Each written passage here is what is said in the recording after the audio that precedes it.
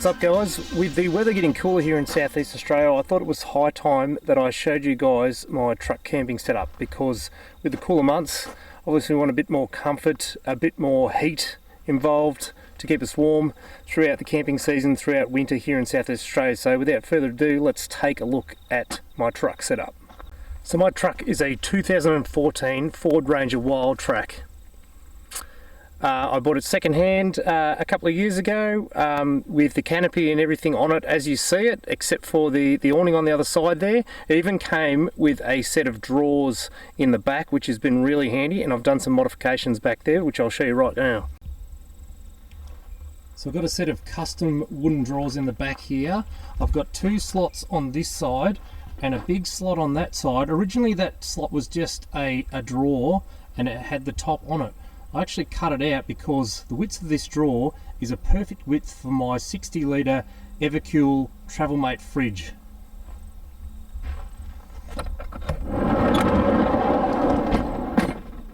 So the top drawer here is where I keep all of my cooking implements. I've got 2-burner butane cooker there and another single burner in the back. I've got a cook set, some plates, various utensils, that sort of thing, which is handy because if you say cook on the side here, you can get all of your gear out of the drawer there easily.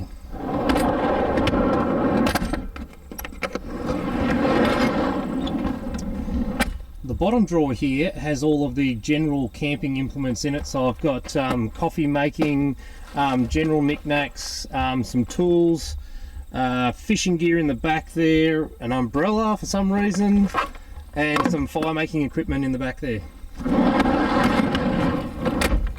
So to help the fridge breathe, I've added some vents either side which correspond with the vents on the fridge so that it can breathe a bit better and obviously help with the cooling.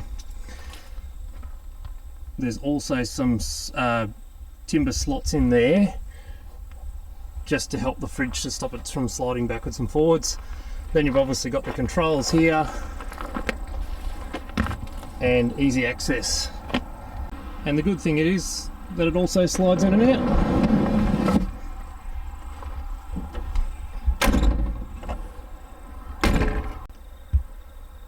When I bought the Ranger, it had a full-length aluminium roof rack on top which went right across the canopy and the cabin of the vehicle, and I just found it to be very, very noisy and I didn't need all that space.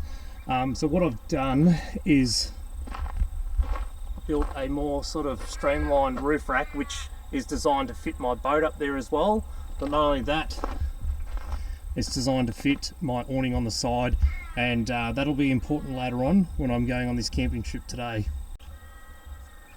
Other than that, pretty standard up front. I've just added a 5-watt UHF portable radio, which I thought was better because I can use it out of the vehicle as well, say if I'm hiking or something like that. And a rear view camera for when I'm using the caravan. I can plug that into the caravan. It's got a camera on the back of the caravan, which then I can see vehicles trailing behind me, that sort of thing. Now in terms of power supply, I've got a dual battery system which involves this electronic battery isolator. This is sort of a bit different from the other battery isolators that you might see on the market, because this one has the ability to jumpstart your vehicle battery, provided you've got the right type of auxiliary battery, which I'll show you where it's mounted in a sec. So this is an intervolt electronic battery isolator which works in conjunction with my hybrid auxiliary battery. So it's obviously feeding power from the alternator through the electronic battery isolator, but you might notice with modern vehicles that there is absolutely no space to put a auxiliary battery under the bonnet. So where the auxiliary battery is actually mounted down here under the chassis. But because of where it's mounted, I've had to get an AGM battery. With AGM batteries, they're a sealed maintenance battery, so there's no risk of them spilling like there is with lead acid batteries, so you can lay them on their side. So I've had to get a hybrid auxiliary battery which is cranking and power supply, so I can supply all of my equipment in the back of the Ranger with the fridge and lights and everything like that, but I've also got the ability, should I deplete my starting battery, to be able to jump start it out in the bush. So I think it's a really good safety feature to have, and I'm really pleased that I've gone and got the hybrid battery, so I've got that ability to do that.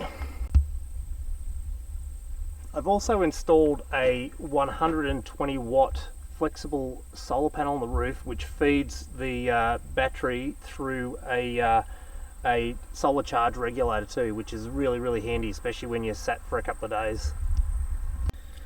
So there you have it. That's just a quick and dirty run through of my Ford Ranger Wildtrak and how I'm going to set it up for camping throughout the winter here in southeastern Australia.